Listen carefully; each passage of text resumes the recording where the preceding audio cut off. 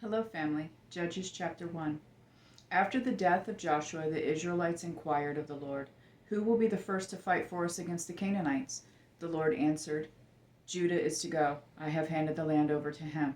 Judah said to his brother Simeon, "Come with me to my allotted territory and let's fight against the Canaanites. I will also go with you to your allotted territory." So Simeon went with him. When Judah attacked, the Lord handed the Canaanites and Perizzites over to them. They struck down 10,000 men in Bezek. They found Adoni-Bezek, and Bezek fought against him and struck down the Canaanites and Perizzites. When Adoni-Bezek fled, they pursued him, caught him, and cut off his thumbs and big toes. Adoni-Bezek said, 70 kings with their thumbs and big toes cut off used to pick up scraps under my table. God has repaid me for what I have done." They brought him to Jerusalem, and he died there. The men of Judah fought against Jerusalem, captured it, put it to the sword, and set the city on fire. Afterward, the men of Judah marched down to fight against the Canaanites, who were living in the hill country, the Negev and the Judean foothills. Judah also marched against the Canaanites, who were living in Hebron. Hebron was formerly named Kiriath Arba. They struck down Shesha, Ahiman, and Talmah. From there they marched against the residents of Debir. Debir was formerly named Kiriath Sefer. Caleb said, "Whoever attacks and captures Kiriath Sefer, I will give my daughter Achsah to him as a wife." So Othniel, son of Kenaz, Caleb's youngest brother, captured it, and Caleb gave his daughter Achsah to him as his wife.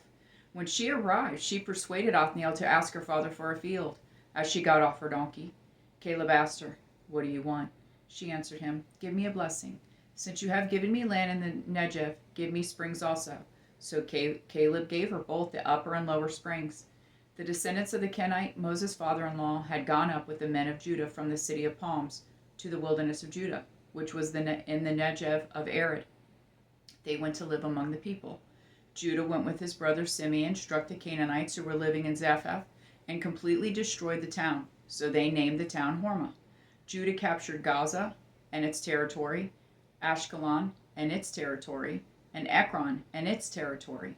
The Lord was with Judah and enabled them to take possession of the hill country, but they could not drive out the people who were living in the plain because those people had iron chariots. Judah gave Hebron to Caleb, just as Moses had promised. Then Caleb drove out the 3 sons of Anak who lived there. At the same time, the Benjaminites did not drive out the Jebusites who were living in Jerusalem. The Jebusites have lived among the Benjaminites in Jerusalem in this city Benjaminites in Jerusalem to this day. The house of Joseph also attacked Bethel, and the Lord was with them. They sent spies to Bethel. The town was formerly named Luz. The spies saw a man coming out of the town and said to him, "Please show us how to get into town, and we will show you kindness." When he showed them the way into the town, they put the town to the sword, but released the man and his entire family. Then the man went to the land of the Hittites, built a town, and named it Luz. That is its name still today. At that time, Manasseh failed to take possession of Beth Shean and Tanakh and their surrounding villages, or the residents of Dor, Iblim, and Megiddo and their surrounding villages. The Canaanites were determined to stay in this land.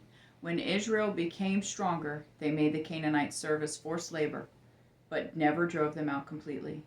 At that time, Ephraim failed to drive out the Canaanites who were living in Gezer, so the Canaanites have lived among them in Gezer. Zebulun failed to drive out the residents of Kitron, or the residents of Nahalal, so the Canaanites lived among them and served as forced labor.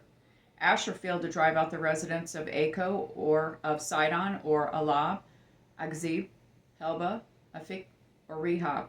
The Asherites lived among the Canaanites who were living in the land because they failed to drive them out.